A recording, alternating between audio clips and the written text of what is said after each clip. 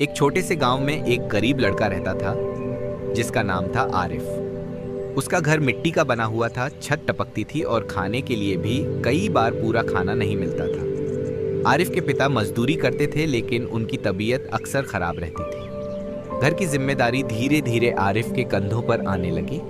वह सिर्फ 14 साल का था लेकिन हालात ने उसे समय से पहले बड़ा बना दिया। हर सुबह आरिफ स्कूल जाने से पहले अखबार बांटता था, फिर स्कूल जाता और स्कूल से लौटकर एक छोटी सी दुकान पर काम करता था। कई बार उसके दोस्त उसका मजाक उड़ाते, तू इतना काम क्यों करता है, तू कभी बड़ा आदमी नहीं बन पाएगा। लेकिन आरिफ चुप रहता। उसके दिल में एक ही बात थी, मुझे अपने हालात बदलने हैं। एक दिन उसकी माँ ने उससे कहा, बेटा गरीबी कोई बुराई नहीं है लेकिन हार मान लेना सबसे बड़ी गलती है। ये बात आरिफ के दिल में बैठ गई। एक दिन उसके पिता बहुत बीमार हो गए। घर में पैसे नहीं थे। डॉक्टर ने दवा लिखी लेकिन पैसे ना होने के कारण दवा लेना मुश्किल था। उस दिन आरिफ बहुत रोया लेकिन फिर उसने फैसला किया, अब मुझे और मेहनत करनी होगी। अगले दिन से उसने और ज्यादा काम शुरू कर दिया।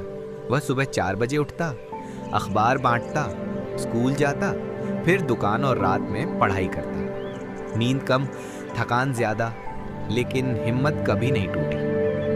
कुछ महीनों बाद स्कूल में परीक्षा हुई। पूरे स्कूल में आरिफ पहले नंबर पर आया।